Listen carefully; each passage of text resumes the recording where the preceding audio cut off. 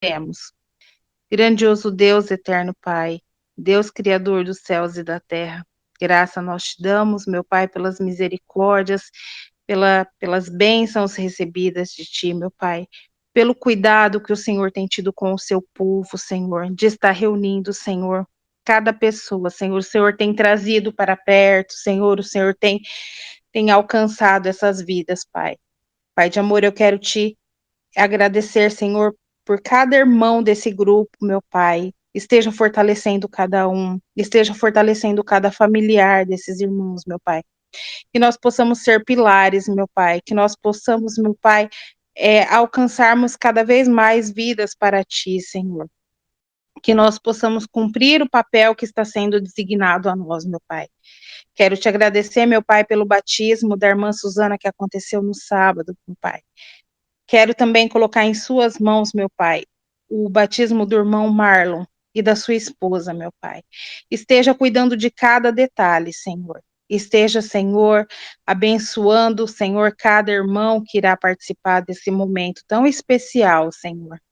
Pai de amor, eu quero te agradecer, Pai, por mais essa noite de estudo, meu Pai. Quero que o Senhor esteja abençoando mais uma vez o irmão Júnior, que vai estar trazendo a palavra a nós, meu Pai. Que nós possamos ter o entendimento de aprender cada vez mais da sua palavra, meu Pai.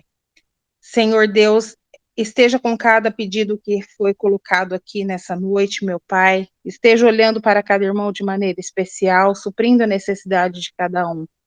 Esteja visitando cada vida, meu Pai. Esteja conosco, nos dê uma boa noite de descanso e paz, meu Pai, e esteja nos abençoando a cada dia. Essa é a oração que eu faço no nome santo do seu Filho amado Jesus Cristo, hoje e sempre. Amém. Amém. Amém. Amém. Amém. Louvado seja o nome do Senhor para todo sempre.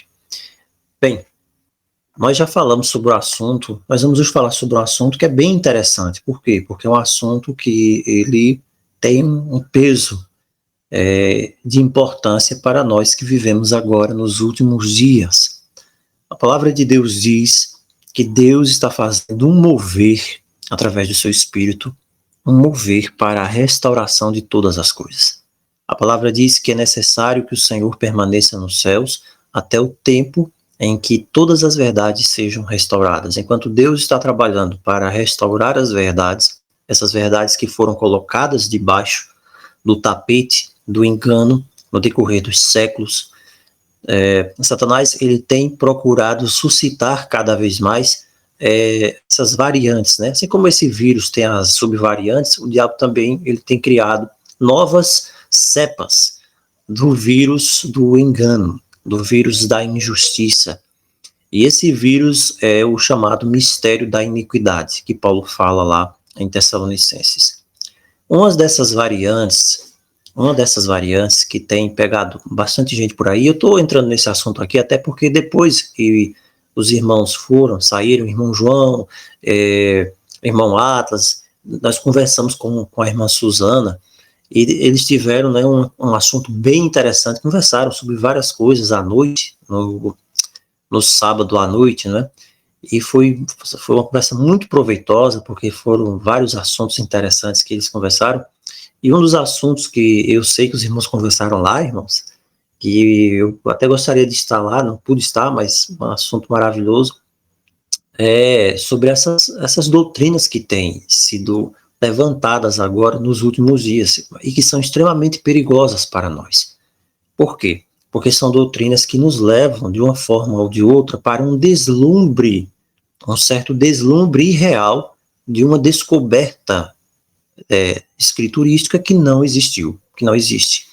É uma casca de ferida, vamos dizer assim, como o próprio Isaías fala, que esconde um erro, um engano, mas é muito bem feito, né? É uma coisa muito bem feita, que traz algumas nuances, e os defensores desse tipo de coisas, né, que são pregadores da internet, do YouTube, geralmente quando eles vão apresentar essas doutrinas, como por exemplo, a doutrina da pré-existência, nossa, você vai ver ali as pessoas falando sobre isso, e eles vão trazer coisas que você, quem sabe, nunca ouviu falar. Eles vão fazer um vídeo com elementos visuais bastante chamativos, falando ali, né, uma apresentação de fim dos tempos e trazendo coisas que você nunca ouviu falar, na grande maioria das vezes, dentro do sistema religioso formal. Por quê? Porque não é interesse, né? Mas ali naquele meio vai existir algo de pernicioso, algo de perigoso.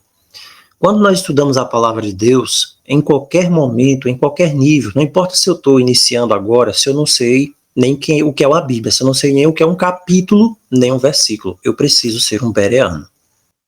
Pergunta, o que é o bereano? Bem, o bereano são aquele famoso grupo de pessoas lá da cidade que Paulo visitou, que eles eram mais nobres, diz a Escritura, do que os de Tessalônica. Por quê? Porque os de Tessalônica perseguiram Paulo, teve uma confusão terrível ali, eles não estavam dispostos a ouvir a palavra de Deus com humildade. E já o livro de Atos, Lucas registra que quando Paulo chega lá naquela região, os bereanos, eles ouviam aquilo que Paulo falava, era algo novo, era sim. Era algo que eles nunca tinham ouvido, era sim. Trazer o Messias nas circunstâncias em que o Messias se apresenta, contrariando o conceito popular que havia sido estabelecido pela classe dominante da teologia, que eram os rabinos, os fariseus e os saduceus, era algo que exigia um grande desafio mental, de raciocínio, mas isso só acontece se houver uma humildade, um desejo sincero de examinar. Então, a palavra diz, Lucas escrevendo sobre os bereanos, diz que eles eram mais nobres do que os de Tessalônica, porque eles ouviam Paulo falar aquelas coisas, aquelas novidades que eles nunca antes haviam ouvido sobre o Messias, e eles iam examinar nas Escrituras se aquilo que Paulo falava realmente era assim. Hoje nós precisamos tomar isso como parâmetro, nós não podemos esquecer dessas coisas. Não é porque eu saí do sistema religioso, não é porque você saiu do sistema religioso, não é porque você sabe que o sistema religioso tem todas aquelas coisas, os problemas, os enganos, que tem Roma, tem Vaticano, que tem isso, que tem aquilo tal. Não é porque acontece isso e é verdade que você deve tomar uma posição de que você já conhece uma verdade, que alguém que chegou trazendo uma certa doutrina, um certo despertar, estava realmente falando 100% a verdade. Então é preciso ter cuidado, porque nós vamos repetir aquilo que nós já falamos várias vezes aqui, irmãos, e que os irmãos sabem bem. Existem vários sistemas. Existe um grande sistema que abarca outros, e dentro do grande sistema existem outros mini-sistemas que vão se fechando e que vão se encaixando de acordo com o pedido do cliente. Tudo bem? Então, nós não devemos pensar que porque nós estamos fora do sistema, nós estamos imunes a erros. Porque alguém chegou e apresentou algum determinado assunto, explicando de uma forma maravilhosa e abriu a mente, então aquela pessoa ali está falando uma verdade. Não, você precisa comprovar, você precisa fazer o teste dos 9 fora. Quando você estuda matemática, tem lá o teste para ter certeza se aquilo é verdade ou não. Pelo menos quando eu estudava era assim.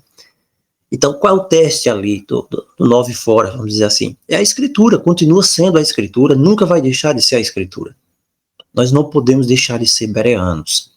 Então, existe algo que é bastante perigoso hoje nos nossos dias, não somente isso, mas tantas outras coisas que nós já falamos aqui. E nós estávamos conversando com a irmã Suzana, né? E, olha, irmã Suzana, vamos voltar nesse assunto amanhã. Vamos voltar a falar nesse assunto. É um assunto interessante e importante, que é sobre o chamado Shabat lunar. Chamado sábado lunar. Tem outro assunto interessante também, chamado semente de serpente, tem outro assunto interessante, chamado pré-existência, e nós já falamos sobre esses assuntos, nós já falamos sobre 2 casas de Israel, nós já falamos sobre uma série de coisas aí, bem interessantes, mas como tem alguns irmãos que não participaram, e como tem muita coisa gravada, né, então a gente achou por bem voltar a tocar em alguns desses pontos sensíveis a partir de hoje, que também faz parte de preparação para a crise final. Tudo bem? Então, que Deus nos abençoe nisso. E qual é o verdadeiro sábado? Nossa, será que o inimigo ele trabalha de várias maneiras? Mas o que importa para nós, o que importa para você, que eu tenho certeza, é aquilo que a Escritura diz. Não é verdade? Porque o que eu falar de mim mesmo não vale absolutamente nada se não estiver fundamentado nas Escrituras. Bem, isso é o que a gente fala, mas nós precisamos comprovar também essas coisas. Nós precisamos comprovar nas Escrituras. Bem, nós precisamos entender isso, né? Que existe essa doutrina que está flutuando aí, chamado sábado lunar. E eu não posso simplesmente, de início, né, fazer o meu termo e deixar lá para o final para dizer se isso é certo ou errado. Eu simplesmente posso dizer diretamente que não é correto. Não é. É um engano. É um engano. Que até eu penso, né? Eu pensei que isso não iria tão longe assim, mas vai longe. Está indo muito longe mesmo. Mas por quê? Porque nós estamos perto do fim. Nós estamos perto do fim e essas coisas vão florescer. E Paulo diz assim, importa até que hajam no meio de vós heresias para que se manifestem realmente, né? A sinceridade, o desejo, quem é o bereano e quem não é. Então é preciso que haja um abalo. E esse abalo já começou, está cada vez mais sendo amplificado para que o trigo possa ser separado do joio. Esse é o objetivo dessas coisas. Então cada vento de doutrina, ele vem hoje sobre esse povo dos últimos dias para ver quem realmente está na linha reta, o caminho estreito. São ventos de doutrina. Por que Paulo usa esse nome ventos de doutrina? Porque vem como um furacão. Vem para desestabilizar, vem para destruir, não vem para edificar, não vem para plantar, vem apenas para desraigar. Agora, Deus precisa que o seu povo tenha unidade. E essa unidade é uma unidade de fé, de crença central na palavra, unidade doutrinária, para que então Deus possa usar desse povo com as bênçãos da última chuva. A última chuva, assim como no passado foi. Eles estavam ali, né, em acordo para que Deus pudesse derramar o Espírito no Pentecostes e então eles puderam receber o discernimento de Deus daquilo que era certo e o que é errado. Primeiro ponto que precisa ficar claro. Quem nos dá discernimento sobre o que é certo e o que é errado é o Espírito. Tudo bem? O nosso entendimento, ele é falho. A palavra diz que o nosso coração é enganoso. É o Espírito de Deus que vem até nós para esmiuçar a pedra. E essa pedra é o nosso coração. Então, se nós não tivermos uma ligação vital com o Espírito de Deus, a primeira coisa que o Espírito de Deus fala é dizer, epa, baixa a sua bola, fica calado, baixa a cabeça, respira fundo e ouve o que eu tenho para te falar. Não vem com justificativas, deixa eu te falar, deixa eu falar no teu coração. Efésios 4, capítulo 4, versos 3 ao verso 15, diz assim, que esse mover do Espírito de Deus tem um objetivo, é até que todos nós cheguemos na unidade da fé e do conhecimento do Filho de Deus, para que nós possamos nos tornar uma criatura em Cristo perfeita e que possa evoluir, é isso que ele está querendo dizer aqui, até a plenitude da estatura de Cristo. É um conceito muito profundo aqui, de aperfeiçoamento espiritual. A partir desse momento, então, você não tem mais possibilidade de ser como uma criança. A criança, ela é instável. Ela é instável. E Paulo aqui usa a criança, a meninice, para tentar mostrar a possibilidade de alguém ser jogado de lá para cá por causa de ventos de doutrina. Ou como aquela cana no deserto que o Senhor Jesus fala. E aqui nas versões lá da King James até em inglês fala que é pelo truque dos homens. Está dizendo a astúcia das pessoas que usam para enganar. Então esse é o objetivo desse mover do Espírito. Se você fizer uma pesquisa, por exemplo, em inglês, lunar Shabbat, ou em português, sábado lunar, você vai encontrar muitos mestres da lei, muitos chamados de espertos agora dos últimos dias, e vão estar apresentando uma série de argumentos para que você possa se guiar por variações da lua para observar um sábado. E são vários argumentos. Nós vamos destrinchar e desmanchar um por um desses argumentos. Então você vai encontrar ali eles, né? E você até mesmo no meio deles você vai encontrar que eles não concordam. Eles não concordam, não tem unanimidade entre si daquilo mesmo que eles estão pregando. Eles misturam verdades com erros para atrair as pessoas e levar as pessoas a uma confusão ali mesmo dentro das fileiras delas. Então você vai ver ali vários pregadores de sábado lunar, mas cada um vai ter uma calculadora diferente da outra. Um calcula de um jeito, outro calcula do outro. Quando a palavra de Deus, meu irmão, é simples. A palavra de Deus é simples. Deus não tem prazer em complexidades. Nós, os seres humanos, é quem temos esse prazer em complicar as coisas que Deus fez fáceis. É por isso que lá no Eclesiastes está escrito assim, Deus fez o homem reto, Deus fez o homem puro, Deus fez o homem de uma forma perfeita, mas ele se meteu em muitas astúcias. É o ser humano quem procura complicar as coisas, não Deus. Então Isaías 28, 9 e 10 também nos diz, a quem deve se ensinar o conhecimento? A quem e de que forma, Isaías está querendo dizer aqui, nesse tempo aqui, imperfeito do verbo aqui hebraico, a quem se deve fazer ensinar, aliás, entender a doutrina? Quem? Como é que se faz isso? Como se faz compreender a verdade da palavra de Deus? É aqueles que são desmamados do leite, retirados do seio. E ele continua. Como é que isso é feito? É preceito sobre preceito. Um preceito mais outro preceito. Uma linha sobre uma linha, um pouco aqui, um pouco ali. Muitas vezes as pessoas omitem essa determinação de ensino da palavra de Deus. Que aqui, em Isaías 28, 9 e 10, Deus está ensinando para os chamados pregadores agora dos últimos dias que a sua palavra não deve ser tomada de forma isolada. A sua palavra não subsiste, não se sustentam doutrinas que se apresentam. Isso aqui é a palavra de Deus de forma isolada. Pelo contrário, essa doutrina precisa buscar a busca de pontos comuns para formar um sistema completo. Isso é o que constitui uma doutrina da palavra de Deus. Mas nós vamos ver que não é isso. Que hoje, na grande maioria das vezes, os pregadores têm feito. Nós vamos ver como isso se aplica de maneira toda especial com essa história de sábado lunar. Então você vai ver muita gente hoje, né, aí famosinho da internet, canal fulano de tal, ciclano, o cara faz um vídeo lá de meia hora e bota um monte de imagens e tal, aí mistura paganismo, mistura misticismo, tal, e começa a colocar lá esses assuntos de sábado lunar, e às vezes a pessoa nem entende o que ele está dizendo, mas é um negócio tão interessante que ele está falando, que você, nossa, isso aí não pode ser errado, isso aí tem que ser verdade. Não é? O negócio tem tanto argumento. Foi como uma vez nós tivemos de nos opor com os irmãos aqui, os irmãos nós aqui, os irmãos todos, tivemos de nos opor a alguém que veio de Minas Gerais até, para falar sobre uma falsa doutrina, e a pessoa passou um dia inteiro com mais um slide ali, projetando, né, vários slides, mais de 300 slides, enchendo ali um monte de coisa, um volume de informação absurda, para tentar vencer as pessoas pelo cansaço. Para no final de contas, as pessoas olharem para aquilo e dizer, nossa, isso aí não pode ser errado, veja só o tanto de coisa que essa pessoa trouxe, então isso é verdade. Quando na verdade não é, porque se você parte de um ponto de vista que não tem apoio na palavra de Deus, qualquer outra coisa que você faça, qualquer argumento que você pegue, você vai alocar da forma errada aquilo ali, não tem fundamento. Não tem fundamento. Então, quando você faz um estudo aprofundado sobre essa história de sábado lunar, a gente está fazendo só a introdução aqui, nós vamos dar uma pausa, para depois a gente finalizar lá a sanção, né? Mas quando você faz um estudo aprofundado sobre a história de sábado lunar, você vai ver que existem alguns ministérios deles, né? Tem pontos ali, eles têm reviravoltas nessa verdade que eles começam a pregar. E qual o objetivo de tudo isso? Só traz confusão, né?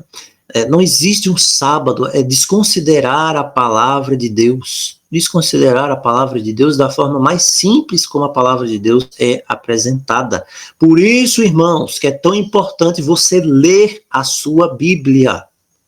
Ler a sua Bíblia e acreditar no que a sua Bíblia fala. Ler a sua Bíblia e tomar a palavra que está na sua Bíblia como fundamental, como inalterável, como é a palavra de Deus. A sua Bíblia, o que a sua Bíblia diz é o suficiente. Você não precisa procurar conhecimentos dos sábios de povo nenhum. Você não precisa procurar livro da sabedoria de não sei quem. Você não precisa procurar Targum nenhum. Você não precisa procurar nenhum tipo de livro extra, escritura.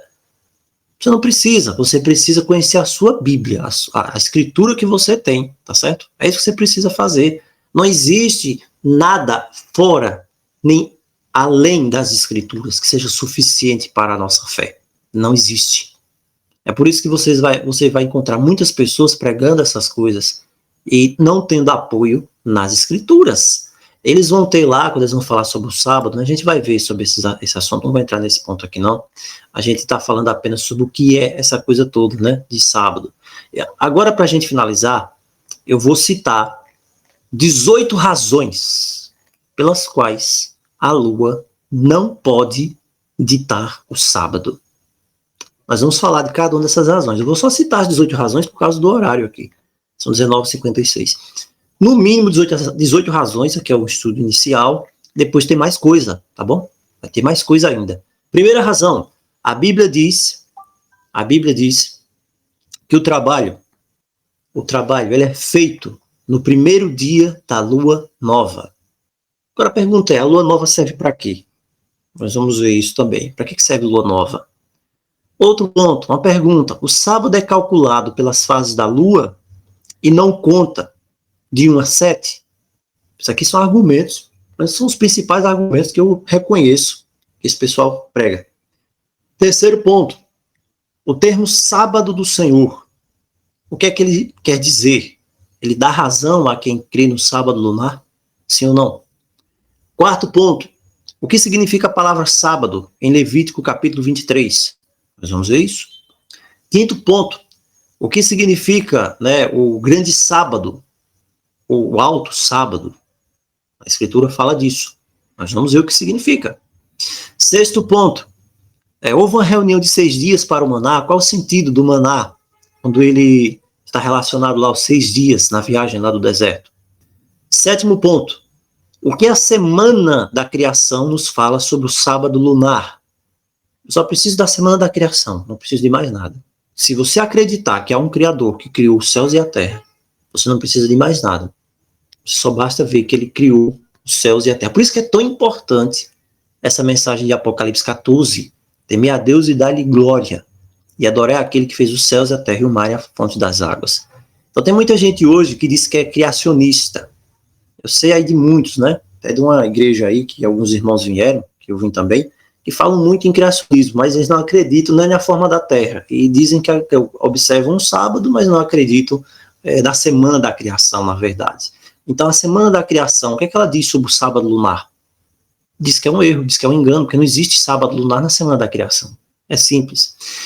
Oitavo ponto, o quarto mandamento. O que é que ele fala sobre o sábado lunar? O quarto mandamento fala alguma coisa sobre o sábado lunar? Ou será que, numa escala de importância, os textos relacionados às festas judaicas são mais importantes do que o quarto mandamento da lei do Criador, da lei de Deus? Nono ponto, a palavra lua, ela aparece na Bíblia. Eu estou usando aqui como base a King James Version, em inglês, a Bíblia King James. A palavra lua vai aparecer lá 51 vezes, na King James Version. E em nenhuma vez ela está associada ao sábado semanal. O que é que isso tem a ver? Nós vamos ver ainda. O que é que acontece com a lua? O que é que Deus fez com a lua? Quando disse que a lua foi determinada para demarcar estações e tempos. O que é que Deus realmente quis dizer com isso? 11º ponto.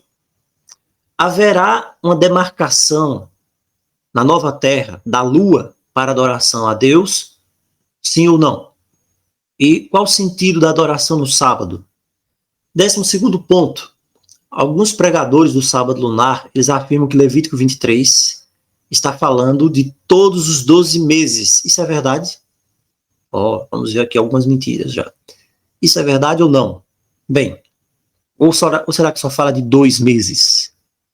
13º ponto. Alguns dizem que há um não dia a cada mês. Interessante, né? Um mês que não tem um dia. Eu fico tentando entender como é que um mês não tem um dia. Será que é o dia escuro de Josué? O que é que aconteceu no dia escuro de Josué? Interessante. 14º ponto. O que é que acontece com a lua? Você tem o mesmo lado da lua sempre apresentado para a Terra? Aparentemente, é umas perguntas sem pé nem cabeça, né? A gente vai ver isso mais à frente. A nova lua, ou a nova luz que se tem agora, aliás, com essa questão de se é uma nova luz, né, de sábado lunar que apareceu agora, ela vai contradizer o que está estabelecido na palavra de Deus? Se é que está, sim ou não? 16º ponto. Por que se prega que o sábado segue a lua? Nossa, o sábado segue a lua? Por que se diz isso? 17º ponto. Por que o desejo de conectar a lua com o sábado? Isso é bíblico? Está na Escritura? É vontade de Deus? E outro ponto é o texto de Ezequiel 46, verso 1. Os irmãos podem depois ler esse texto. Bem, são 8 horas e 1 minuto. Nós temos aqui 18 pontos. Nós temos mais que isso aqui. Nós vamos primeiro entrar nesses 18 pontos e depois nós vamos ver mais outras coisas. Nós vamos trazer mais outros questionamentos com relação a isso, sobre o sábado do 7º dia, sobre o sábado da criação. São bastante coisas que precisam ser estudadas com cuidado, mas todas elas, irmãos, com certeza, elas estão baseadas na Escritura. no que a palavra diz. Por que nós estamos fazendo isso? Porque nós precisamos nos preparar para a crise final. Precisamos nos preparar para o grande momento que está diante de nós. Precisamos ser firmes, precisamos conhecer a verdade da palavra de Deus. Conheça a sua Bíblia, deixe Deus falar. Quando você ouvir um Zé Mané, qualquer um aí, num canal desses, falando alguma coisa, você vai, faz que nem um bereano, vai na escritura, olha lá o que ele está dizendo. Se o que ele está dizendo não está lá, ele está extrapolando o que está lá, Deus não falou aquilo, não ouve mais ele. Tá certo? Não ouve, porque senão você vai estar causando um dano a você mesmo. Esse é o conselho dos bereanos. Ouve o que está na palavra. A palavra de Deus é suficientemente poderosa e necessária e exclusiva para a nossa salvação. Tem pessoas que gostam disso, tem pessoas que não gostam disso, tem pessoas que acham isso correto, tem pessoas que não acham. Mas no final das contas, irmãos, é o que vai valer a pena. Palavra de Deus. A tua palavra é a verdade. A palavra, como Deus nos deixou. Então, que Deus nos abençoe, irmãos. Nós iniciamos esse tema, amanhã nós vamos começar a destrinchar isso. Eu tenho certeza que vai servir para que nós possamos nos fortalecer e tirar dúvidas, não é isso? Dúvidas é algo absolutamente normal, é algo salutar até se ter dúvidas, e essas dúvidas precisam ser levadas para a palavra de Deus, e não para os ensinamentos do homem. Que Deus nos abençoe nessa noite. Eu quero convidar você a orar nesse momento, nós possamos orar mais uma vez, e agradecer ao nosso Pai Celestial por todas as bênçãos que Ele tem nos concedido. Pai que habitas nos céus, nós te agradecemos porque Tu és a verdade. Nós te agradecemos porque a Tua palavra é a verdade. E nós te agradecemos porque a Tua oração ao Pai, Senhor, nós te agradecemos, é para que nós sejamos santificados na verdade. Tu és o nosso intercessor. Nós sabemos, Senhor, que não são nossas palavras que chegam no trono das alturas. São as Tuas palavras. É a Tua palavra perfeita que é apresentada diante do Pai por nós, porque Tu és o nosso intercessor. Nós te agradecemos, ó Pai, Pai de nosso Senhor Jesus. Nós te louvamos, porque em todo momento o Senhor tem nos dirigido na Tua verdade. Permanece conosco, dá-nos a Tua bênção, fortalece-nos na Tua graça e não nos deixe ser enganados em momento algum, mas nos fortaleça dia após dia nos Teus santos caminhos. É o que nós te suplicamos em nome de Jesus. Amém.